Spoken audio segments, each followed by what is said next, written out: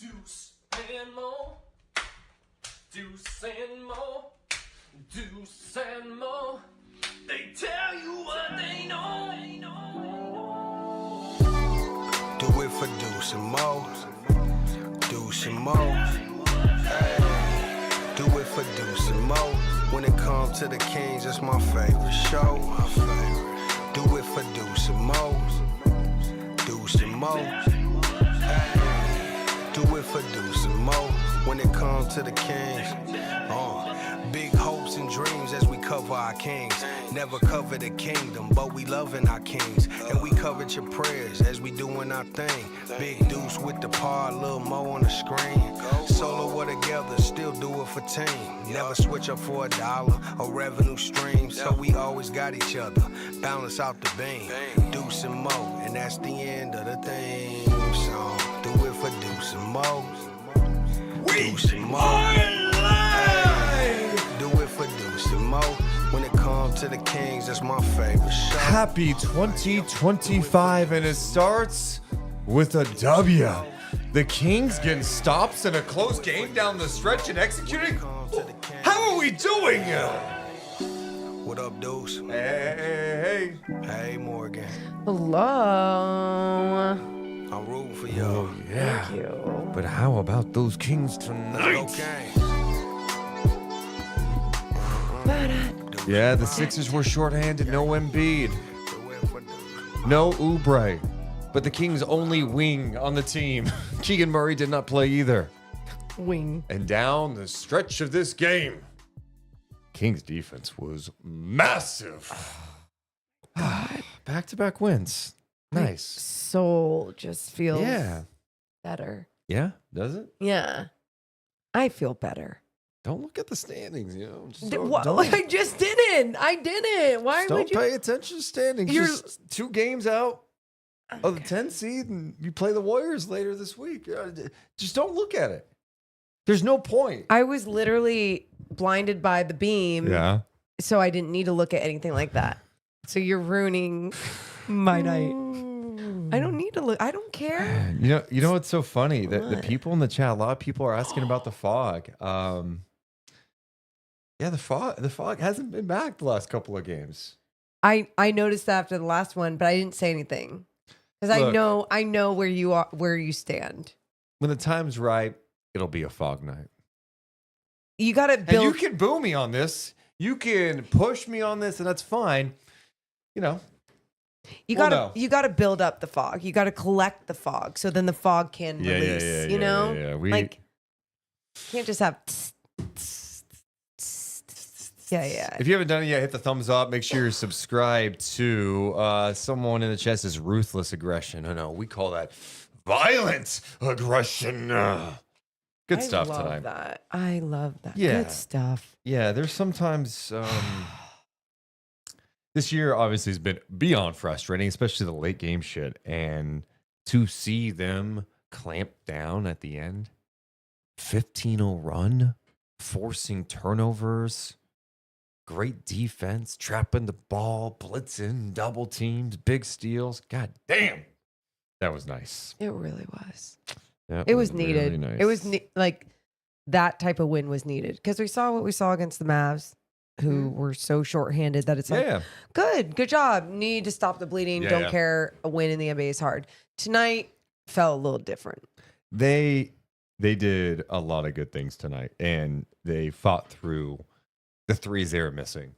Yeah. And just defensively, like, this should be a lesson. Anyway, if you haven't done it yet, hit the thumbs up and subscribe. I want to give some love to the people who are joining us live, all the basketball sickos around the world, Kings fans or random fans that join us along the way. Shout out to Brian, Scott, Kylan, Adam. What's up, Christian? Oleg donating $5. Appreciate you. What's up, Russ? Doug, Sean, Silence, JC saying it's a heel turn that I don't have the fog. I was thinking that too.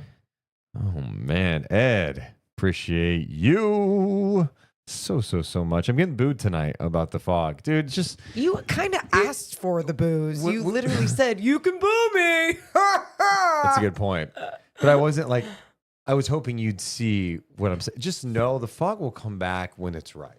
You guys will know. The moment's going to feel like a fog moment. You don't just force that shit. You know? Is that fair? I mean, I don't control the fog. I'm not the fog master. Okay. So Our poll question tonight, make sure to vote on that. We'll get to it later too. Who was the player of the game? Was it De'Aaron Fox, Malik Monk, Keon Ellis, or Demonis Sabonis? We'll discuss that tonight. My pen? Okay.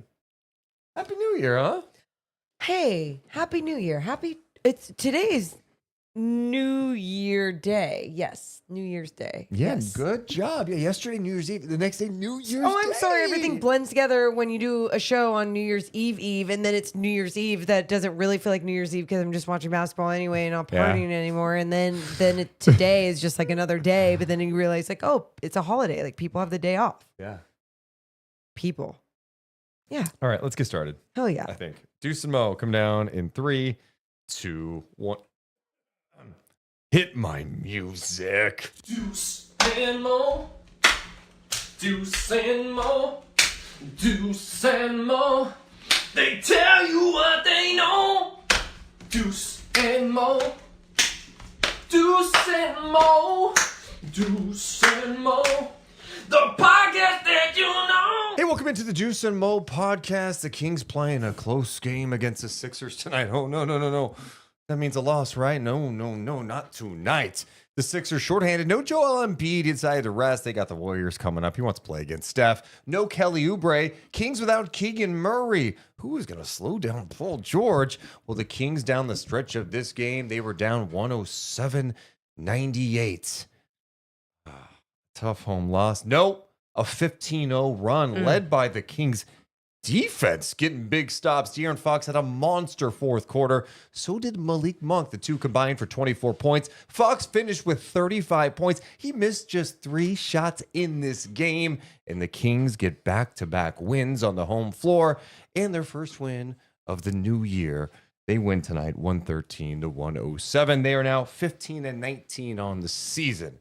I'm Deuce Mason. That's Morgan Reagan. How you doing, Mo? Fantastic. I love starting the new year right. I said it on the postgame show.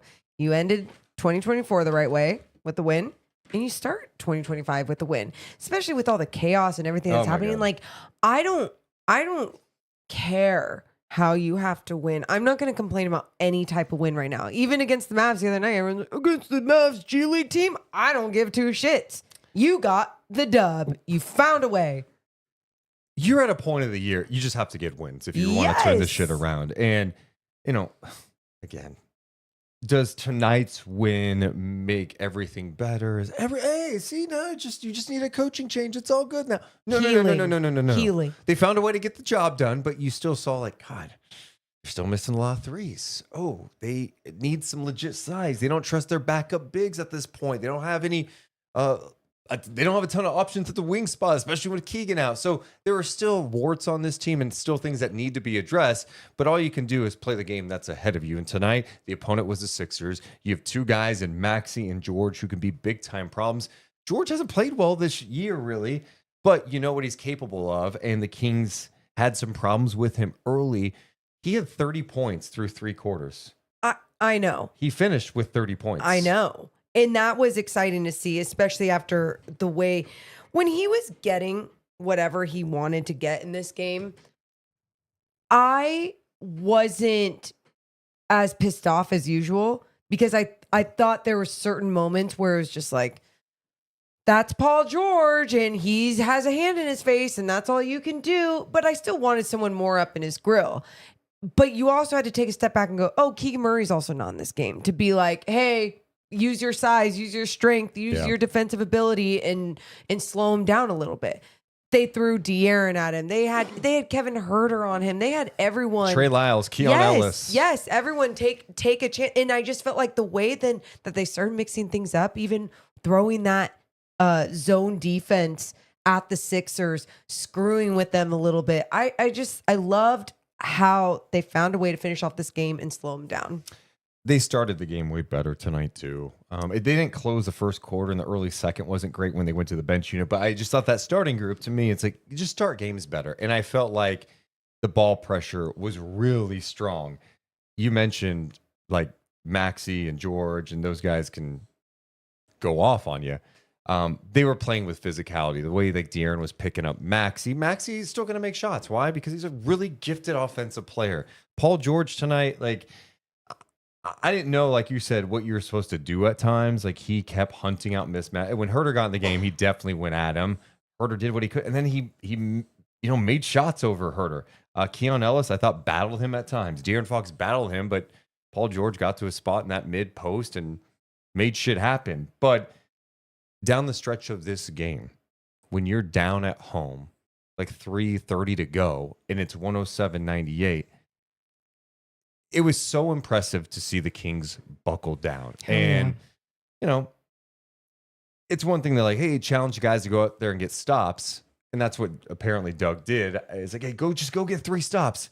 But to me, it was about the adjustments that they made defensively tonight late in this game. I mean, they were trapping the ball. There was one play out of a timeout.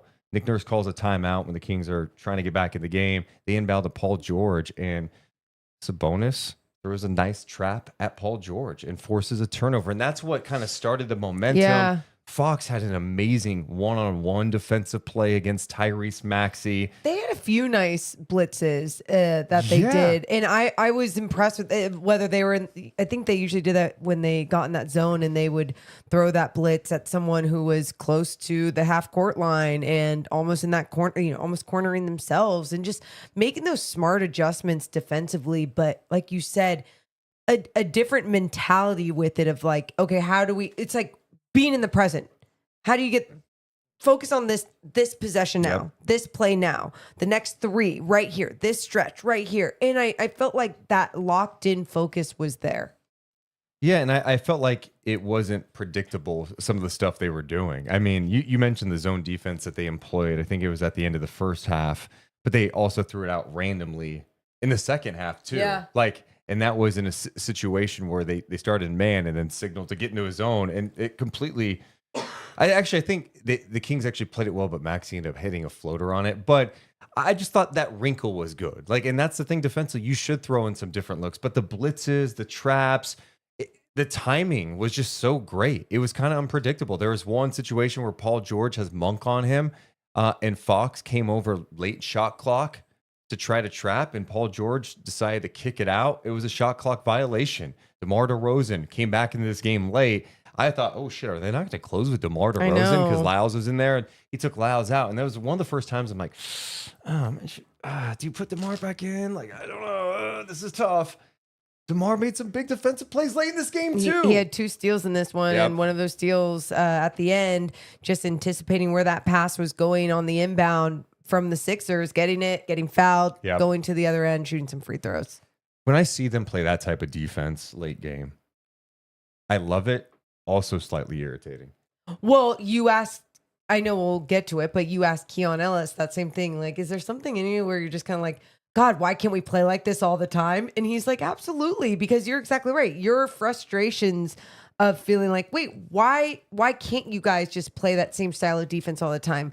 It's like you can tell me it's hard, but and completely understandable. But at the same time, other teams are doing it, and sometimes other teams have other individuals and personnel that obviously they can benefit from. But with the Kings, when you don't have all the biggest players in the world and you have to rely on effort, that's just what you have to do. Yeah, and I thought they did play some good defense tonight. I mean, overall, but down the stretch, it was just like lockdown. And, the fact that the final stretch of this game, not only did they go on a 15-0 run, they forced 6 turnovers in that final 3:34 of the game. Yeah. And the Sixers didn't make a shot. So it was cool. And the fans love that type of shit. We talked about this last game. It's like, you just play with that type of effort. Even if you're not a great defensive team, just having the communication, just having the physicality, locking in late. That's how you win. Especially on a night where you're not knocking down threes. The Kings missed some amazing looks from 3. Shout out, by the way, to Keon Ellis. It's 107-102. The Kings just got to stop. Fox puts a ball on the floor. The help comes over. Fox finds Ellis. He had 2 of 7 from the field before the shot. hits a big three to cut it to two just like that. I love that the Kings fought through the missed threes tonight. If you're not going to make threes in this league, you better be doing some other shit. You better be getting to the free throw line a lot, and you better be getting some stops. The Kings did both those things in this one tonight. That's what I think throughout this game, Deuce and I were kind of looking at each other, laughing, going, look at them in all these other categories. You know, even when it came to points in the paint, offensive rebounds, points in the paint, 54 to the Sixers 40, and 14 offensive rebounds to the Sixers 8. But I mean, those two categories there, sure. But then you looked at the 3-point percentage for the Sacramento Kings at one point, and we're just like, man, if they're knocking down just a couple of threes, like it's a tight game or whatever. And that's what started happening at the end. Some big threes were being made, but also the Kings defense took another leap to another, I guess, effort level, if you want to call it that, just a locked in level. Because I never questioned their effort tonight, and I thought they did a good job of setting the tone right away in this one, telling the refs, we're going to play this physical. What are you going to do about it?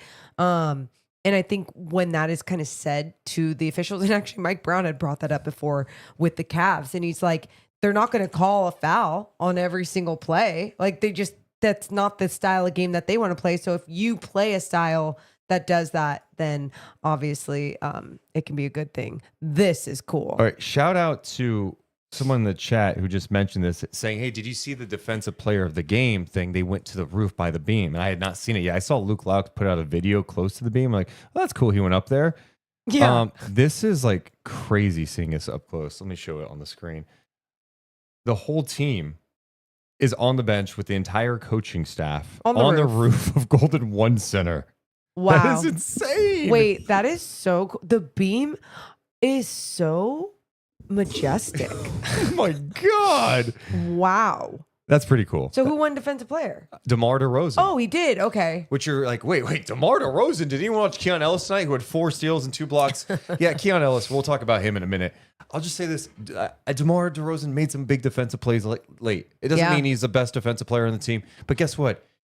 He's not known for his defense, and he came up big. He had a couple of steals in this game. No, and that I think when you look at the steals and when those steals were and the effort from DeMar DeRozan and really just needing even his size out there at times, it was great to see.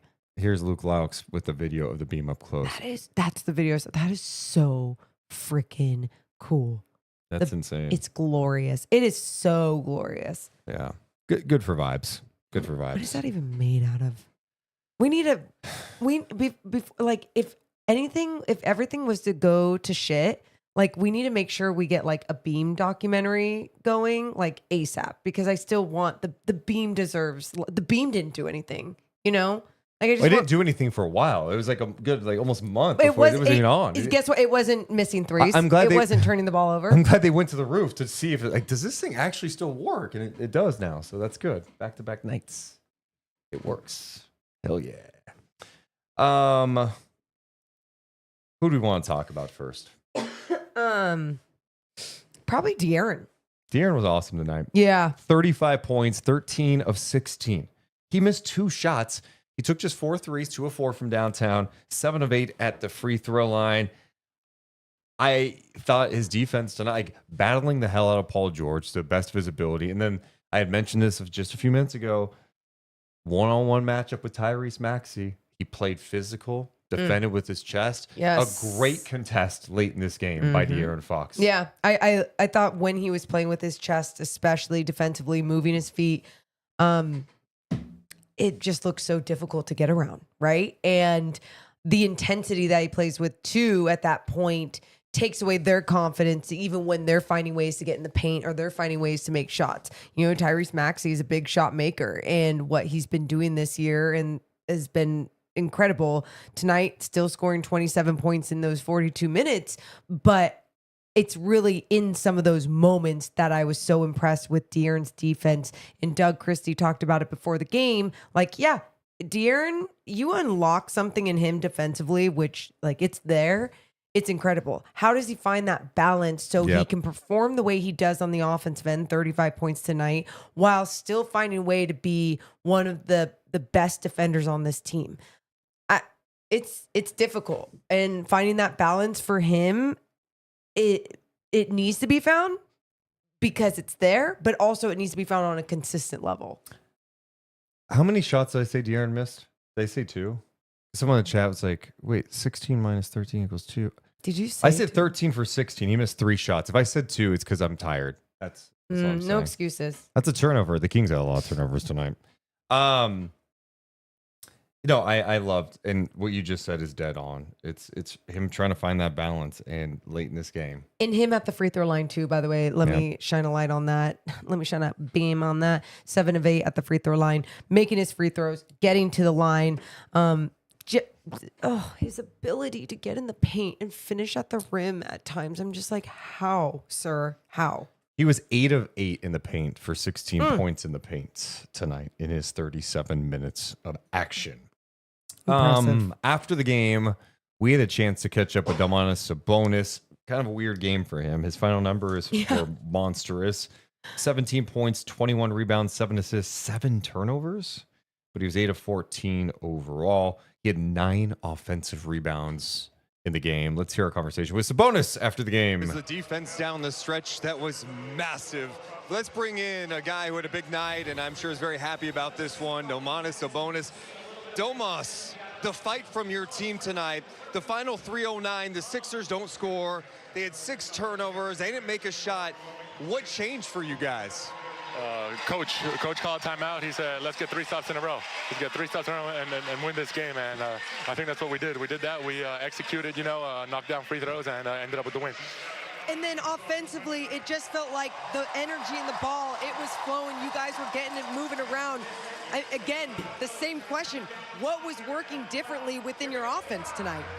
We're just sharing the ball. We're sharing the ball, not thinking too much, just trying to find the open man. And he challenged us to get a lot of sprays each quarter. And I feel like we did that tonight.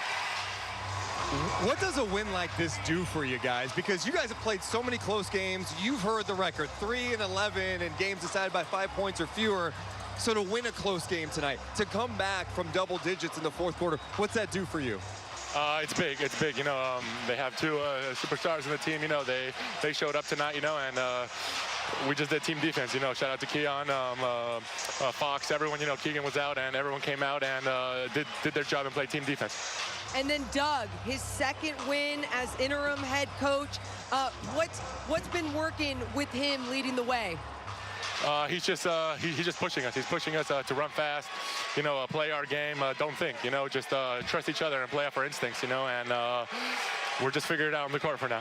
Well, congratulations on the win, Domas. Go enjoy this one with your team. Thank you so much. Thank you.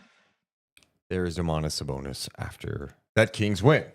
Oh, Domas. Yeah, he also mentioned the post game too that there's a little more freedom, I guess, offensively right now, which is interesting because I do, first few games, 3 games, since Doug has taken over as the interim coach, Doug had talked about simplifying the offense. And I'm like, what's that mean? What's that mean? I think part of it is, with Mike Brown, the Kings did have a lot of they were supposed to play free flowing, but they had a lot of plays. It's not necessarily Mike Brown, he's the one calling it every time, but they're running to certain spots, and they have to be in those certain spots. The discipline to run through an entire set, entire action. Yeah, they had a ton of shit, right? Sure. And now I think it's less about that, and it's like, we've got skilled players, we've got offensive scores and offensive players. Let's just let them work out there and see what it looks like. Now, I do think the ball is moving well. I think the pace has been fantastic the last 3 games. Some of the turnovers haven't been great. And so they have to find the balance of let's play fast. Let's get into our stuff and do all that. You can't have 7 turnovers in the third quarter like you did tonight. No, and Sixers were doing a really good job capitalizing off of a lot of the Kings' mistakes. But kind of going back to what you were saying about Domas, just talking about the free-flowing offense and everyone obviously feeling good. Sabonis with those 7 assists, Monk with 6, De'Aaron with 4. Guys finding each other as well. And I think when you are playing freely and you have personnel that is capable of doing that, it can lead to some great things. But I also understand when things aren't going well, or let's say you're not making your shots and you're generating open shots, you got to find a way to get into the paint. And I thought they did that tonight. I thought whatever, even when, for example, DeMar had the basketball, there was a time where I felt like things were feeling very clunky and just like, wow, nobody else is moving. Everyone's staring, or everyone just knows DeMar's going to go if he gets it, where there's just a different type of rhythm to it when he was getting it and going. And I felt like people were still relocating with him. He ends up in this game with 18 points. He had 2 steals. Those were both in the fourth, I believe, too. I thought he might have 3. He was 7 of 14 overall in the win for Sacramento. And I think the other thing I like that I mentioned to you on postgame, too, is just he's not playing 37 minutes a night. Yeah. And I think that was something that like needed to be addressed. You know, these guys, the starters, are playing such heavy minutes. And on a night you're down 1 starter, you're like, oh, what's that going to look like for the rest of the team? Well, Doug played Trey Lyles 31 minutes off the bench. Kevin Huerter played just under 20. You even had Doug McDermott out there to get 10 minutes tonight, but the starters didn't play like crazy high minutes. Sabonis 36, Fox 37. The guy who played the most minutes tonight, Keon Ellis. Yeah. And he had 9 points, right? Playing the most minutes, he was making an impact in so many different ways, and obviously knocking down some threes late there that were super impactful when they needed it most. But 4 steals, 2 blocks, 2 assists. I just felt like he was everywhere. You even said it. You said, oh, we're going to figure out how many deflections he had later on once they get that going. But this guy was just in every single passing lane. He was so active. And when you are down someone like Keegan, to have that defensive presence, especially along the perimeter from someone like Keon tonight, it was great to see. 9 points for him, 4 steals, 2 blocks. Just repeating it, Maureen. Sorry. I already told you I'm tired, so you have to have my back a little bit tonight. Oh, sorry. Like, hey. It's kind of like a mean thing way to do. say those numbers loud and proud. I was also trying to like pad because I was going to get the interview with Keon. I'm sorry. I'm sorry. Oh, Deuce. Good, because I liked our conversation with Keon. I thought it was the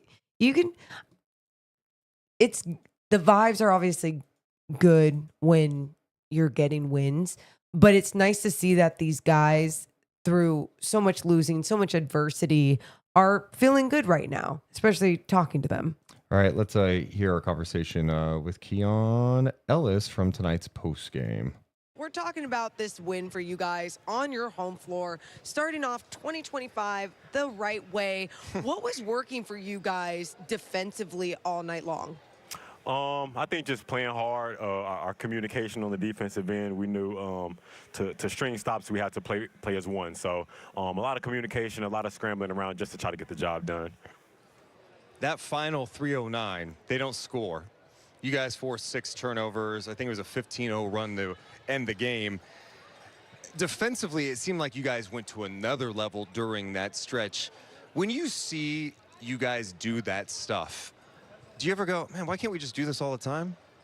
Oh, for sure. I think it's the same way when shots are falling. But I mean, I think when you turn it up like that, and you see guys playing hard, it just makes the next guy play as hard. So, and then the next guy falls in line as well. So when the intensity gets turned up, it just becomes effective, and everybody just follows the first person who turned it up.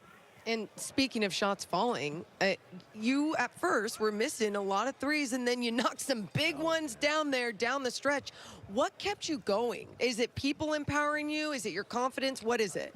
Well, I know I'm a good shooter, but I just hate to miss wide open. But I mean, I'm never going to stop shooting. And then I know we have a lot of players on the team out there who, the other team is going to focus on. So I know I'm going to get a lot of shots, and I'm going to have to be the one to take them. So when the ball gets swung my way, I'm never, thinking, in my head, or I just missed the last 2 or whatever it is. So I'm always ready to shoot. And I knew it was going to come back to me because of the way they were helping, and I just was ready to shoot.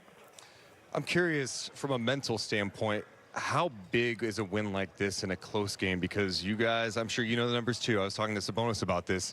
3-11 in games decided by 5 points or fewer. to win a close game, to come from behind at home, like what does that do for you guys?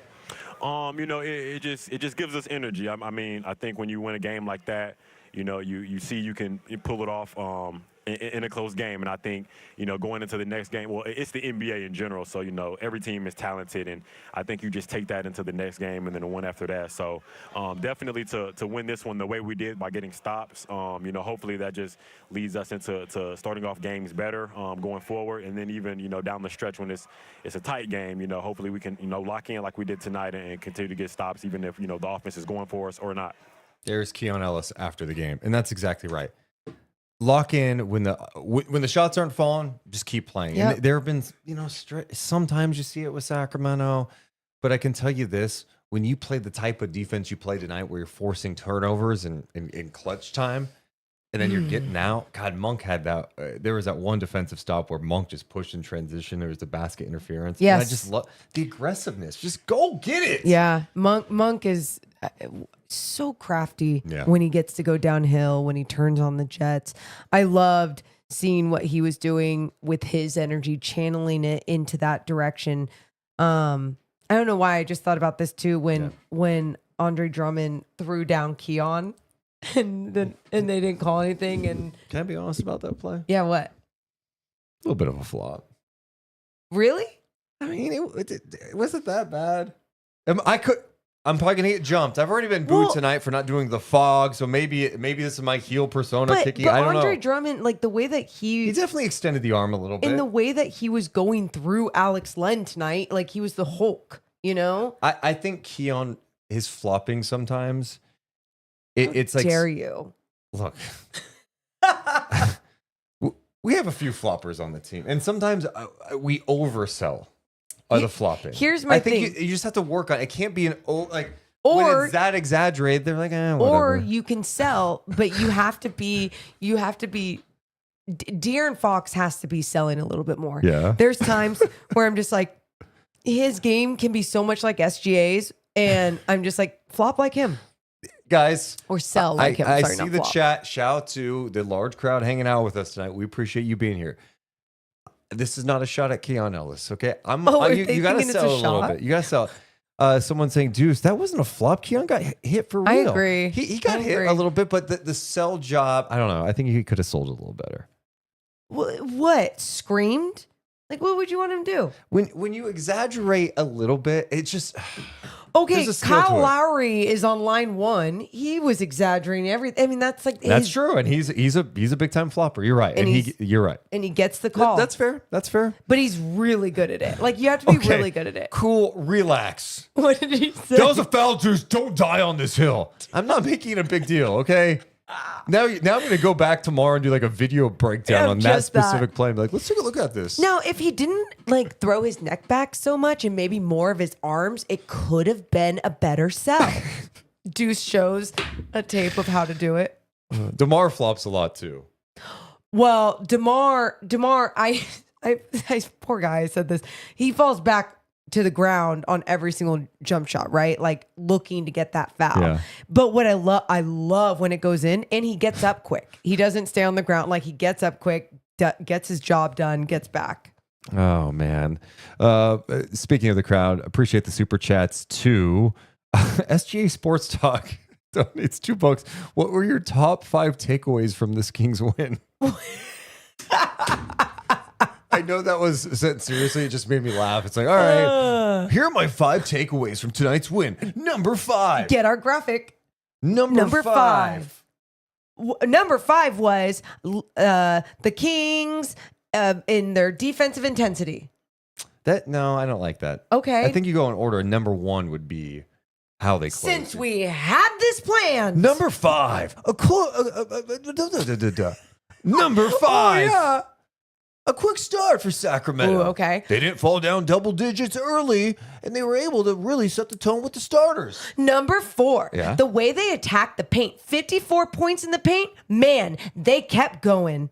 Number 3, Keon Ellis playing some really tough minutes tonight and not being shy with the 3-point shot. He knocked down 3 of 7, including a big 3 in the 4th. Number 2. Number 2, the way that they changed up their defense. Ugh, what, De'Aaron? De'Aaron Fox Okay, is fine. two. I see. De'Aaron, Yeah. number 2, De'Aaron Fox. Man, was he explosive tonight. 35 points and super efficient. 13 for 16 from the field. Number 1, the Kings defense down the stretch. Talk about clamping down. They allowed 0 points in the final 3:09 of this game. yeah. They forced 6 turnovers. 15-0 run. Those are our 5 takeaways from this Kings win. Also, I just realized What? this is going to start, people will start doing super chats to tell us what to do. And we're going to be like one of those TikTok channels that they do, like, you know, they kind of like sit there. What are those characters called where they just like sit there and they kind of move. And then they do like, hi, you know, what are they, Oh, what are they yeah. They go, bop, yeah, bop, yeah. bop. Like if Someone to says- donate $2 for a bop. Bop. Oh, bop, yeah. Oh, my God. bop. Donate $15 and I'll do that. Boo. Boo. I don't forget what those are called. And they say, thank you, Super Chat fan, blah, blah, blah. Yeah. Oh, my God. This is weird. Anyway, Back. Yeah, let's get this back on track. Hey, Mitch, thanks so much for the super chat. I feel bad for Kevin, but we really need to move on. Double figures in 4 of the last 18 games. He needs to be in a deadline deal. Yeah, I mean, he was 1 of 8, 0 for 3 from downtown. I mean, if we're going to go the negative for a second, yeah, 9 of 31 from downtown for Sacramento. The 2 guys that, well, there's only like 3 guys who knocked down threes tonight. Only 3 players knocked down threes Yeah, tonight. Monk was 0 for 5. Trey Lyles was 4 of 8 from downtown. Thank Fox God. 2 of 4. Ellis 3 of 8. No one else made a 3 in this game tonight. And I mean, that's been a thing the entire season. But yeah, Kevin has to make shots, and he's shooting 30% from 3. What else do you want to say about that? You know, because like there was even that one shot where his rhythm was so perfect. He took a sidestep dribble and shot in and out this 3. And I'm like, dude, that's his 3. That's his best looking 3.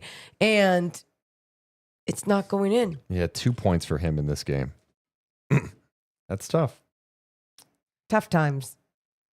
Yeah, my goodness. I didn't realize he only had 2. Trey Lyles had 12 points. So the Kings only had 14 points off their bench. Kind of crazy, too. Not enough. No. The starting unit looked pretty good offensively through stretches, even though they weren't knocking down threes. I mean, Monk missed some amazing looks from downtown, too.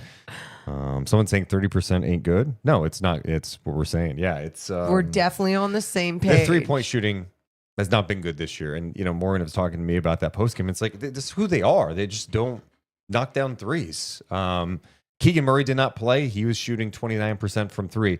So Keegan Murray missed tonight's game. He was doubtful headed into the game with a left ankle problem. So he had talked about this, last week, I think? He said this happened December 3rd against Houston, and he jammed his foot. I think it's been a big factor. And I think Keegan is one of those guys that if he's banged up, he doesn't want to talk about it. He just wants to play. He wants to play through it. I think it's been impacting him more than we realize. And I'm glad he sat out tonight's game. Yep. To me, it's like, dude, just get right. Just get right. You trying to play through an ankle thing, if you're not comfortable, if it's good for a quarter or a half, and then in the second you're not effective, it's not allowing you to attack, you're missing shots because you can't plant, get it healed. And Get the rest. I can't imagine he's someone that gives a shit what people think too. So if people were like, oh, someone's soft for sitting out, I just can't imagine him caring. I think it's more that he cares so much about the game, about his team, that he just wants to be out there. Love that mentality, but it can also come back to hurt you at points, and that's why you got to make sure you're doing the right thing, which I'm glad he did. Sit out. King's Show Guy says, bro, it's been a month. I mean, it doesn't matter if it's been a month. If it's lingering and it's affecting him, he should sit out a little bit, because if you're not effective out there, if you're not knocking down shots and it's not allowing you to be an offensive threat, you're not attacking closeouts, offensively, that's going to be a challenge, and they need more from him offensively. It's been a huge downturn this year. Just overall, I mean, he's shooting 41%. I think there's also been a struggle trying for him to kind of find his spot in this offense. Yeah. With the changes, they have to get him going. I know Doug Christie was asked about him before the game. He's like, I'm not worried about him. He's going to be fine. He's going to be fine. He just needs to come in and he needs to be in attack mode, blah, blah, blah. So I really want to see him get on a hot run at some point. But most importantly, it's like, just get right, dude. Like, there's aspects of your game that are better, your defense, your rebounding. But offensively, it seems like he is reverted. I mean, he's almost like a non-factor offensively right now. Sure. And whether that's mentally, physically, or both, could be both. Got to get that figured out. Yeah. And hopefully that happens, especially with the way that they look like that they're playing offense again, just the last couple of games. So we'll see how that continues. If you have not done it yet, can you hit the thumbs up and subscribe? All it does is help our channel grow. Shout Thank out you. to the big crowd. We should have like almost 1,000 thumbs up by now. Someone in the chat saying that's called NPC. You know, the really? the thing I was doing, Of the course, TikTok there's thing. something. Damn. Yeah. How would you know that, dude? I've heard of it before. I've heard of it. Because you donate to those people for a wham. I am amazed at those people. Why? You go sit. There'll be like a guy in the middle of the street with his like camera set up, dressed as like Spider-Man, and he's just like nonstop for hours out there reading. That takes a lot of Reading, energy. but making money off of each one, right? Oh, okay. So just because you're making money, that doesn't mean it doesn't take energy. And I mean, it's like adrenaline rush. Like if I was making money by just like making noises, Then do it, Morgan. If it's so easy, go do it. Start it tomorrow. Go on your TikTok. Go dress as who'd you dress as? like Winnie the Pooh or something, That makes sense. right? It makes sense. Because I'm a little hefty after the holidays. Would you wear a shirt that shows your like Yeah, your gut? Yeah, thank you. And would you have like a thing of honey? What would your gimmick be? So my big old gut would just be rolling over. Oh wait, Winnie the Pooh doesn't wear pants. You don't wear So- pants. Do you wear No, I'm wearing pants. Well, you would dress in a Winnie the Pooh costume, I'm sure. How does Winnie the Pooh sound though? I almost did a Mickey noise. Oh no, am I doing it? Wait, no, Piglet. I can't do it. Piglet. Doesn't Winnie kind of have like a British accent in a way? Oh, Christopher. No, he does. No, he does not have a British accent, you weirdo. Oh, Okay. oh dear. Oh dear. Am I doing it right? Oh my God. Somebody help me. Winnie the Pooh let's talking. see. No one knows how to do. Oh bother. Good job. Just quiet, Morgan. Let me unmute this. Think. Oh. Think. Oh, yes. Time for my stoutness exercise. Up, Down. up. When I up, down. Touch the ground. Morgan, that's a little bit of a British accent. No, it's not. Okay. I don't think it's British. Is it British? It's Agree to not disagree. British. No. So anyway, We'll start that on your channel. yeah. Okay. Proceed. I don't even know how the hell we got there. I do. Let's bring it back. Any other thoughts on tonight's game specifically? There's some other Kings topics I want to get to too. One other thing, because I know we talked about Malik Monk obviously going over 5 from 3-point line. He was 10 for 10 at the free throw line. And not only is it impressive making all your free throws, the attempts, getting there, getting into the paint, also having the 6 assists. So being the playmaker, then allowing Domas to, be in that 2-man game with him, but then Domas cleaning shit up at the rim.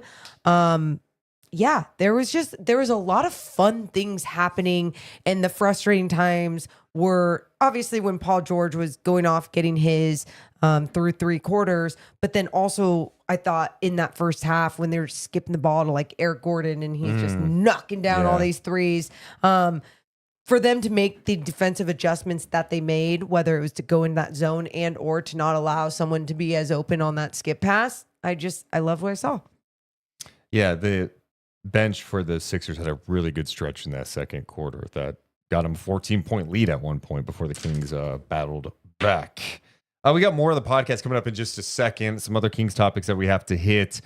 We should mention that tonight's podcast presented by our friends over at Golden One Credit Union. We are all one at golden one. We are one. Join for up to 50% off Kings home games. My goodness, you raise that card up into the sky. You can get upgraded to better seats in the arena, or you can even get called down for a little fun game on the court and win some money. And there's just so many benefits. So start your fun new financial journey today. Yeah, go to golden1.com. We appreciate their support of the Deuce and Mo podcast. Also presented by our friends over at Northwest Exteriors. If you are in the market for new windows, there's no better place to go. Go check out their showroom, pick out the windows that will make a difference.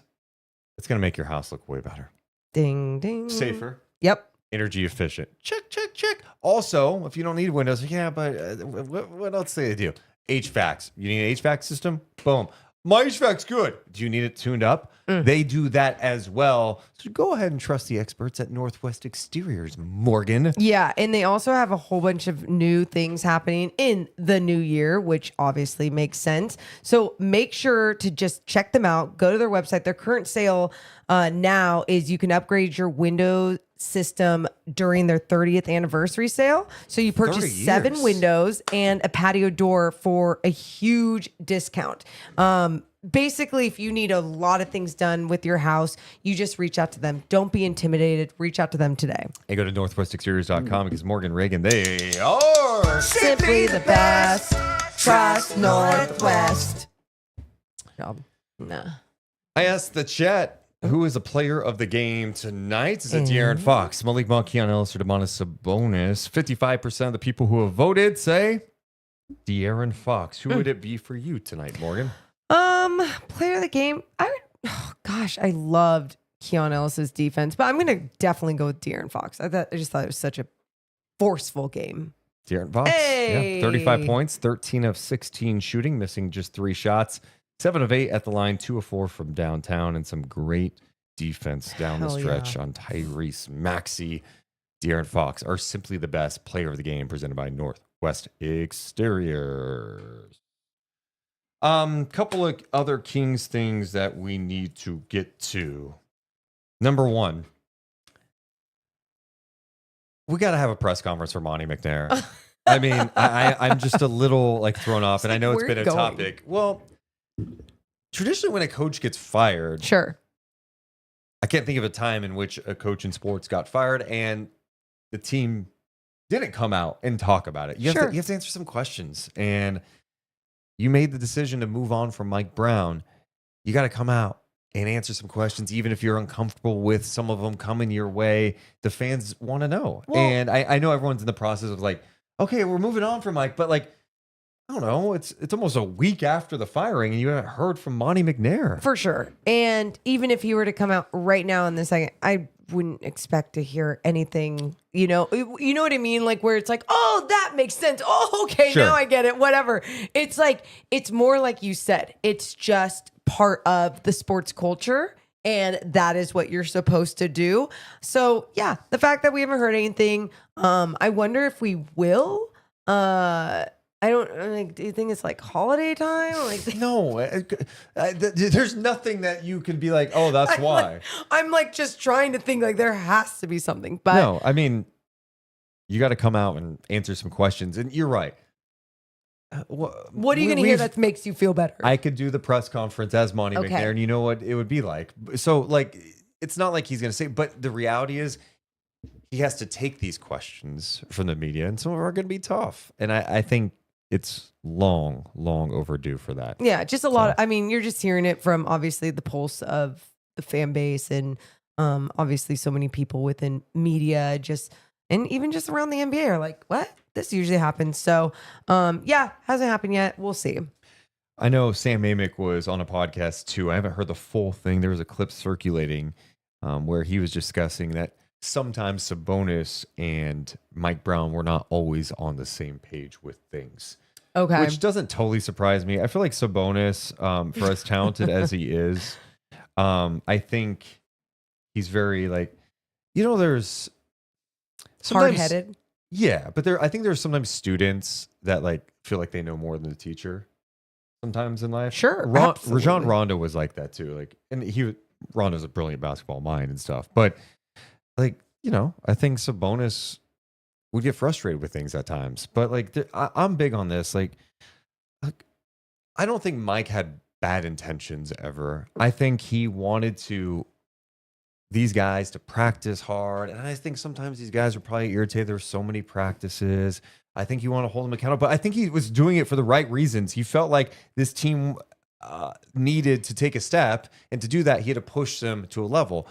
I'm not sure everyone loved that all the time. I'm guessing. I don't know. I think the best way to look at it is that, bottom line, you're coaching in a league where if you're a high school coach, or even if you're a college coach, there are not going to be good enough players that can say, this coach makes us run too much, or we have too many practices. That is going to get that coach fired. Like, the athletic director and everyone's going to be like, yeah, good. Like, we want to have a better program. Like, this is good. When you get to the NBA, it's one of the only, or in any professional sports, it's like these leagues, you have the player's voice, or just players not liking certain things, and it can eventually get on everyone's nerves, and all these different things. But at the same time, I'm totally with you where I think the intent of these standards and wanting the best being there, I love that mentality and I love that attitude. But sadly, we are in a world where politics play a part in every aspect. I mean, it's the same. You just even think about you go to broadcasting, and it's like, just because you want the best broadcast, if you still can't push certain lines, or you can't yell at certain people that aren't doing things right. Like, you just have to play politics. And sometimes some coaches and some people aren't willing to, and good for them. Do whatever makes you happy at the end of the day. But you might also lose a job, but you might also run away with $20 million. You never know. Someone in the chat says Sabonis got Brown fired. No, I mean, I'm not saying that. Mike Brown was just, Sam Amick was just saying that there are times, those guys weren't seeing eye to eye all the time. I mean, I think Mike's thing, and you knew this before he got the job, like, very rigid coach, Yeah. And kind of old school in some ways.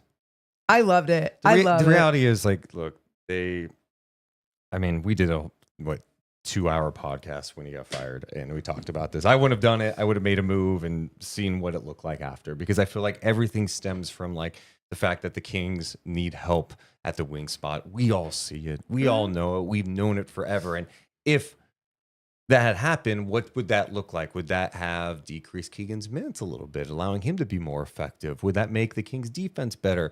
Would acquiring a guy who's a 3-and-D guy help the offense, because you have an efficient 3-point shooter when you haven't had a lot of 3-point shooters this year? Like, those things all matter. And Mike took the fall because someone decided that, like, we needed a change, and we are 3-11 these close games, and we're bad at home, blah, blah, blah. And so, I've processed it where it's like, yep, this is just what happens so much in professional sports, whether we like it or not. And I wish it wouldn't happen all the time, because I think there are tweaks in patience and communication that could lead to so much more winning than making a quick decision to just get rid of something. But at the same time, like, my understanding for it, I've been more numb throughout this process too, because it's like, seen this before, but at least the Kings have a better roster than they have had in the past when all these things were happening. I just hope, even after these 2 wins, though, no one's thinking, all right, that was the change we needed, let's continue forward. It's no, there still needs to be change to the roster. Well, one thing I do like is Keon getting more minutes. And of course, he played more tonight because Keegan wasn't there, but they have to find a way to make sure this guy is getting legit minutes because of what he does defensively. And because he is one of the guys that can knock down threes as well. Like, I know he's not perfect. I know he can make mistakes sometimes, but I just see his relentless approach. I think his instincts, he's so opportunistic when it comes to going after the basketball. His help defense is at the right time, deflections. I mean, there's a play tonight where Maxi's getting downhill on him. Yeah. And he comes down and swipes the ball, knocks it out of bounds. Like, he just is so handsy, deflections, steals. I just love what he brings. Yeah, I'm with you. And I think finding that balance of what's working, stick with it. Even if you're like, what? Sorry. We're just talking about Keon Ellis. Whoa. I just looked at the update. The NBA.com just posted deflections. Hell yeah. According to NBA.com tonight, Keon Ellis had 9 deflections. Hell yeah. 9 deflections tonight. 9 points, 9 deflections, 4 steals. 2 blocks. Just an impact, such That's an impactful insane. player tonight. Yeah, in so many different ways. His energy, what he gives out there, every possession. Love it. Next it. step though for this team is to make that move, and I don't know. Like, I'm just so curious what the thinking is with the front office. Are they trying to get something done like ASAP? I hope. Because everything you hear is like, oh, this was the move to let go Mike Brown. This was, they want to win. Like Doug Chris, like, we're here to win. Like, this is not like punting. We're trying to win. Then tweak. Then tweak. I mean, are you waiting to see what it looks like through this challenging stretch? Are you waiting closer to the deadline No. when maybe there's some pressure on teams to actually make a move?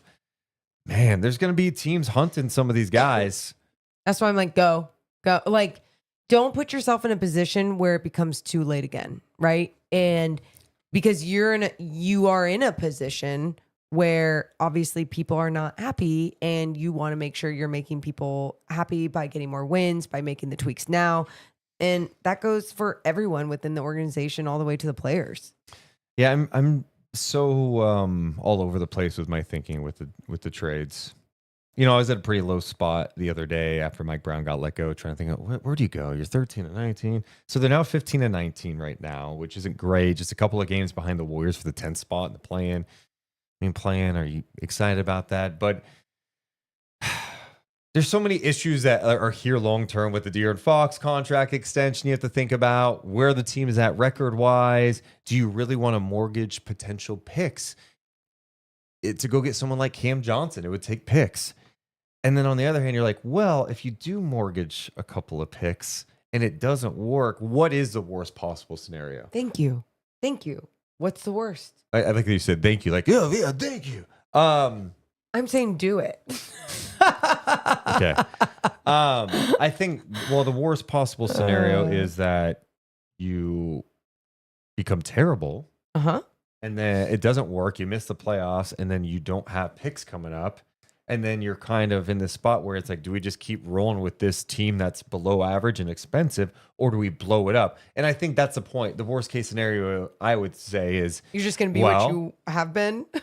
you blow it up and try to recoup some Yeah. picks. But like if you're trading De'Aaron Fox or you're trading like Cam Johnson, if he was on the team, like you're probably getting picks from teams that are good. Like, are those picks going to be that valuable compared to the picks that you gave up to get Cam Johnson? Pick the right people. Then pick the right people. Or if it's a situation where the Nets are like, yeah, you know what? We want to pick, but we also want Devin Carter. This market, this organization needs established players, Deuce. We haven't seen ton of success through the draft, through these picks. You've seen, I mean, and I shouldn't say it's because obviously you saw Tyrese even turning into Domas Sabonis. And then you think about even someone like De'Aaron over his 8 years and what he's become as a player. Like, obviously there are picks, but the Kings have had a lot of picks over the years. And that's why I think when you also look at a smaller market like Sacramento,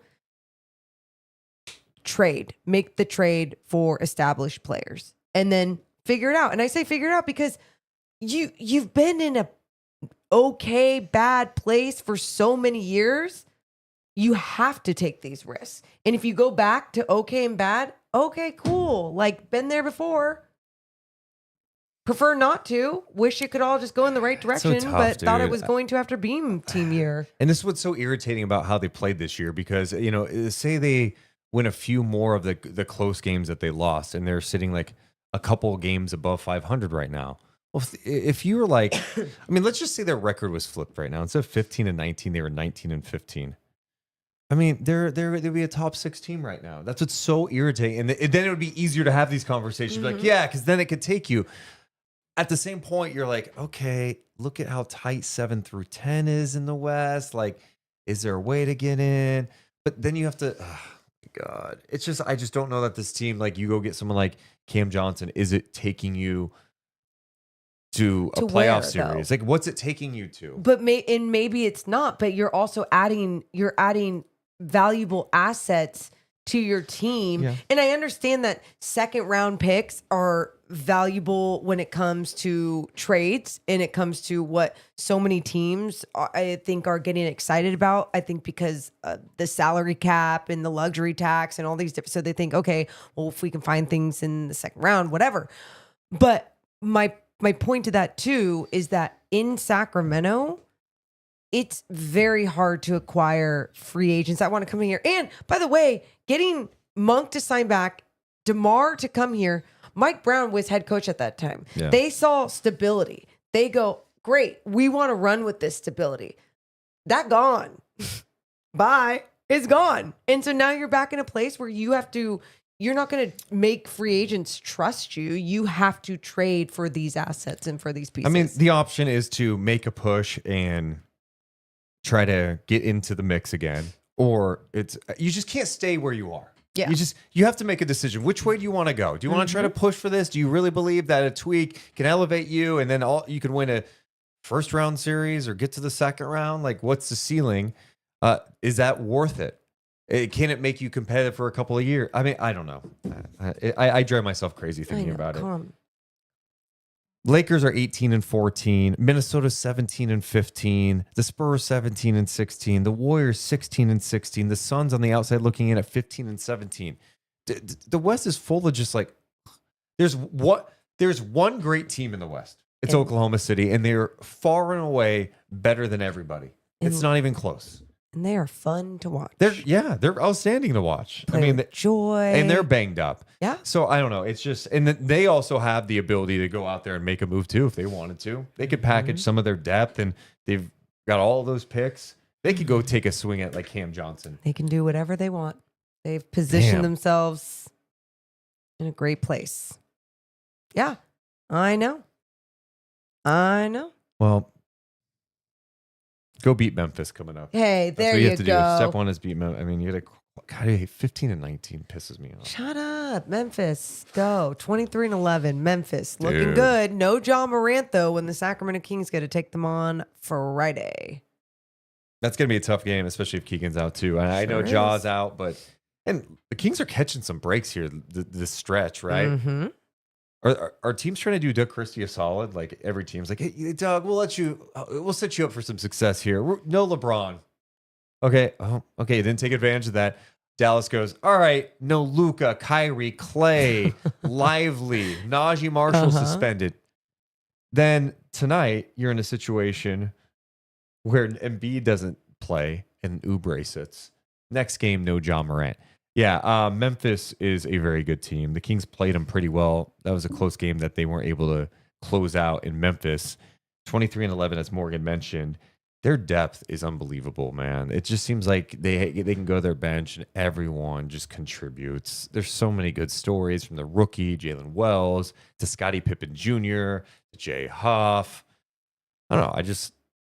I like that team. They play a new offensive style, and defensively they still play a fun way because Taylor Jenkins is a maniac and has built an amazing culture. Yeah, and they have guys that can knock down a 3-point shot from some of their bigs to obviously someone like Luke Kennard coming off the bench. It's play defense the right way. Lock in. Yeah. You can do it, but you got to do it. You okay, bud? Yeah. I'm just thinking about the schedule ahead. Stop thinking so hard, please. Like, be in the now. I am. No, I know, but like, because that's the thing. We can go, our brains can go that way. It's 2025, a new way of thinking. And by the way, someone else mentioned this too.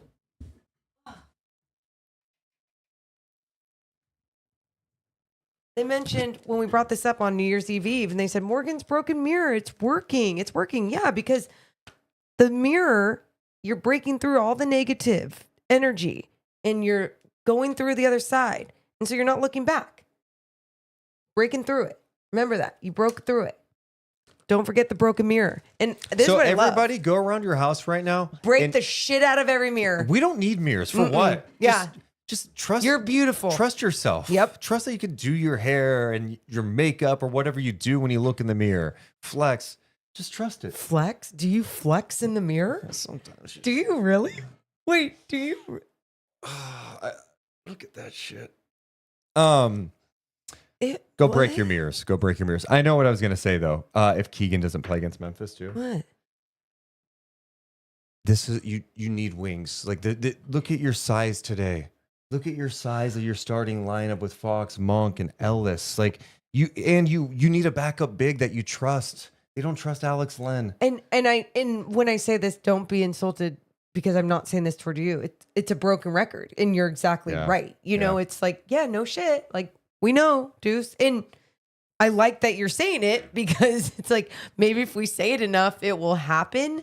But Alex Len at times tonight, just getting bullied by Drummond. Yeah, dude. It was surprising because I was like, I thought you were a strong dude. What's happening there? That can't be the case. There can be certain matchups, certain times, sure, but it feels like it's a lot lately. And then obviously you just look around the league and you see the size difference, and this isn't sustainable. It's not. But they got it done tonight. They did. And last game. Celebrate it. Wins are hard in the NBA, and you're going to celebrate it every single time with us. All right, there? No fog, though. No fog. No fog, but still. All right, super chats. Want to make sure I didn't miss anyone. Kevin Durant donates $2 saying, talk about Kevin Durant joining the Kings, please. Only Kevin Durant would say that about himself. I joked about that today in a group chat. Of course. Yeah, the Suns are in a weird spot too. Like Booker hasn't been great. Beal's been banged up. They're struggling after an amazing start. The two teams that have been really struggling, the Warriors and Suns in the West too. Even more so than Sacramento in some ways. But the Suns are all in. So like there's not much they can really do to tweak their team. Like what moves can this team make to get better? I thought they were going to be better this year. There are stretches, but they've had the inconsistency with the lineup too. The only way they could pivot from this is if they moved someone big like Kevin Durant. How old is he? What about KD going back? 36? KD going back to OKC? Go crazy, huh?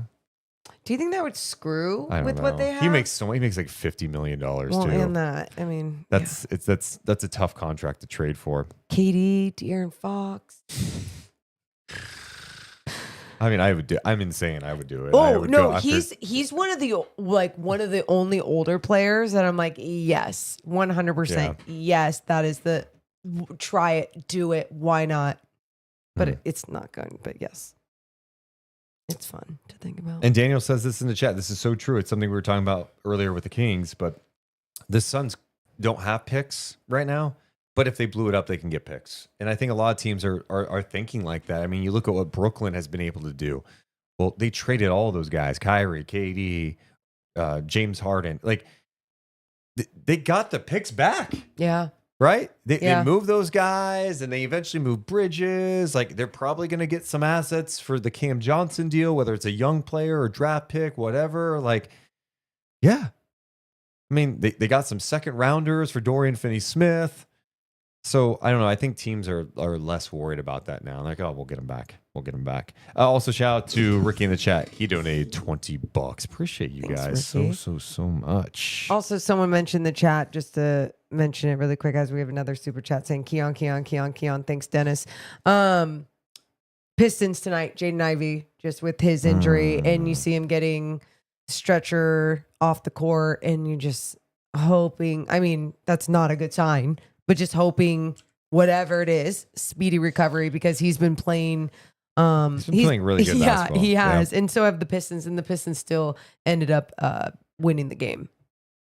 Yeah, dude, that was sad. And for that team to find a way to come together and win a game without that. I mean, I saw Cole Anthony of Orlando. He was like crying during it. So I didn't even see the official update on it. But yeah, dude. I know. That's so rough. just heal up. Healing vibes for Jaden Ivey. All right. Any final thoughts? Final thought. I got one. Oh, dude, this one. Tomorrow night, Stockton Kings are in action. Yeah. Stockton Kings are in action, taking on the Memphis Hustle. Devin Carter was assigned to Stockton today. Okay. And then he was called back up later in the day, which tells me he practiced with Stockton. Okay. And, he's trying to return to action. I feel like there's a chance, and maybe I missed it, that he plays tomorrow night for the Stockton Kings. So we'll be on the call for that one. Hell yeah. We'll let you know if that ends up happening, but I'll be intrigued to see, what he looks like. That first game, he looked pretty good. And it was his first time playing 5-on-5 in that type of situation since March. And he had 29 points. Yeah. So I hope he plays tomorrow. Same. And we have to have a nice, crisp call. Thanks. Why? Because tonight hasn't been crisp? I know tonight hasn't been crisp. In, I know. In I'm all not... aspects for both of us, though, on pre and post, and then here. Tonight? Yeah. The dude. pod? Yeah. No, I thought the pod was good, but like pre and post, it was just. Is this our post-game press conference about our podcast right now? Yeah, this is... Oh, solid pod. Yeah, one of our weakest in a while. For How? Sure. I don't know. And it's from me. It's not even you, I know, Morgan. but You've been great. You've been that's great. why. But like, you haven't done anything wrong. Yeah, I just haven't been my sharp self. Sometimes you're so used to someone like me, like the head of the snake, pushing the pace. I mean, people accuse me of being on drugs. Oh a yeah, lot. no. There's so many people that are like, he for sure is popping addies before every single pregame, and I'm like, Well, I would say caffeine. That's natural. I would say caffeine's a drug. oh yeah, that's true. And I do drink on game days. Lots. I drink some caffeine. Live on caffeine. But no Adderall. No. I've never done anything outside of the grain, man. The cannabis. Yeah. Yeah. Man. No, and it is so funny because I felt like today pre and post I was just like, oh, get our shit together, like be more fun. And then we picked it up in the C block. Post game, there was something I threw to. I didn't like how I threw to it. Just the things you just want to be great. And like we criticize and analyze players whenever they're not great on a play or they have a turnover. I mean, we have to hold ourselves accountable for our own turnovers. Yeah. We just want to play like a 99% great game. And maybe people in chat are right. I didn't bring out the fog. Oh my God. So you guys are funny. But so I'll be interested to see if Devin plays tomorrow. I hope he does play. Yeah. I hope Yeah. But we'll be on the call. So we'll be sure to put out those links as well. Let us know what you think about things going forward. Drop comments after this video. What do you think about the Kings? What should they do? Do you want to wait and see the next week or so before making a move? Do you want them just go get a move. Let's go and win. Or are you going, you might have to blow this up, so relax. Let us know. We love you guys so much, but we got to go. You all have a wonderful rest of your night. See ya. Deuce and Mo, Deuce and Mo, Deuce and Mo. They tell you what they know. Deuce and Mo, Deuce and Mo, Deuce and Mo. The podcast that you know.